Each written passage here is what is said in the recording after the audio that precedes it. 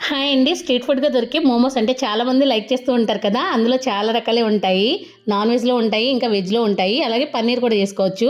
Steamed momos అని, fried momos అని కూడా ఉంటాయి కదా! ఇప్పుడైతే నేను స్టీమ్డ్ మోమోస్‌ని పన్నీర్‌తో స్టఫ్ చేసి సింపుల్‌గా సూపర్ టేస్టీగా ఇంట్లోనే ఎలా చేయాలో చూపించబోతున్నాను.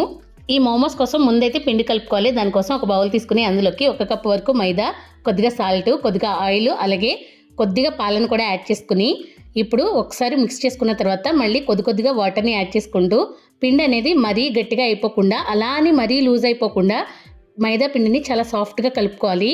ఈ మోమోస్లో ఏదైనా బ్యాడ్ థింగ్ ఉందంటే అది మైదా ఒక్కటే, కానీ బయట టేస్ట్ రావాలంటే కంపల్సరీ మైదాని యూస్ చేయాల్సి ఉంటుంది. చూస్తున్నారు కదా, పిండి కన్సిస్టెన్సీ అనేది ఇలా ఉండాలి. ఇప్పుడు ఈ పిండి మీద మూత పెట్టేసుకుని కాసేపు నానబెట్టేసుకుని ఈలోపు స్టఫ్ని ప్రిపేర్ చేసుకోవడం కోసం ఒక 200 గ్రాముల వరకు మిల్క్ పన్నీర్ అయితే తీసుకుంటున్నాను. దాన్ని ఈ విధంగా అయితే తురిమేసుకోవాలి. ఆ తర్వాత ఇందులోకి ఒక చిన్న సైజు ఉల్లిపాయని చిన్న ముక్కలుగా కట్ చేసుకుని వేసుకుని, ఒక పచ్చిమిర్చిని మన స్పైసీనెస్కి తగ్గట్టుగా బాగా చిన్న ముక్కలుగా కట్ చేసుకుని వేసుకోవాలి.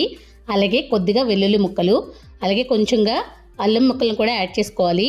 అల్లం వెల్లుల్లి పేస్ట్ కన్నా ఇలా డైరెక్ట్గా వేసుకుంటేనే టేస్ట్ అనేది బాగుంటుంది. ఆ తర్వాత ఇందులోకి కొద్దిగా సాల్ట్, అలాగే కొద్దిగా చిల్లీ ఫ్లేక్స్ని కూడా యాడ్ చేసుకుని 1.5 టేబుల్ స్పూన్ వరకు రెడ్ చిల్లీ సాస్ని, అలాగే కొద్దిగా కొత్తిమీరని కూడా యాడ్ చేసుకుని అంతా కలిసేలాగా బాగా మిక్స్ చేసుకోవాలి. మీ దగ్గర చిల్లీ ఫ్లేక్స్ లేకపోతే కారాన్ని కూడా యూస్ చేసుకోవచ్చు. టేస్ట్లో పెద్దగా డిఫరెన్స్ అయితే ఏమీ ఉండదు. ఇప్పుడు ముందుగా కలుపుకున్న పిండిని ఒకసారి తీసుకుని మళ్ళీ ఇంకొకసారి కలిపేసుకుని ఆ తర్వాత చిన్న చిన్న ఉండల్లాగా అయితే సెపరేట్ చేసుకుని వీటిని చిన్న చిన్న చపాతీలాగా అయితే ఒత్తేసుకోవాలి.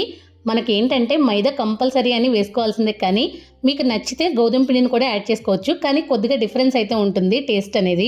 నేనైతే దేనికది సెపరేట్గా వచ్చేలాగా చపాతీలను అయితే చేస్తున్నాను. మీకు ఇలా కష్టంగా అనిపిస్తే ఒకేసారి పెద్ద చపాతీని తీసుకుని ఏదైనా కట్ట తీసుకుని కరెక్ట్ షేప్ వచ్చేలాగా చపాతీలను అయితే కట్ చేసుకోండి.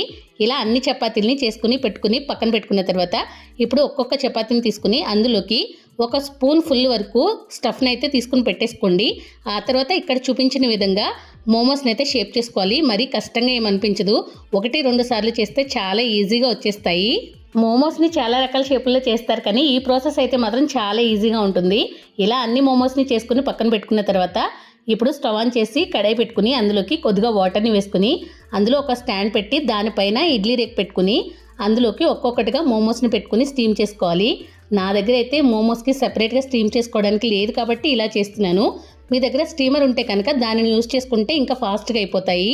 ఆవిరి అనేది బయటకు వెళ్ళిపోకుండా పైన పెట్టుకునే మూత అనేది పర్ఫెక్ట్గా పెట్టుకుని మీడియం టు హై ఫ్లేమ్లో మినిమం 10 నిమిషాల పాటు స్టీమ్ చేసుకుంటే మనకి మోమోస్ అనేది పర్ఫెక్ట్గా కుక్ అయిపోతాయి.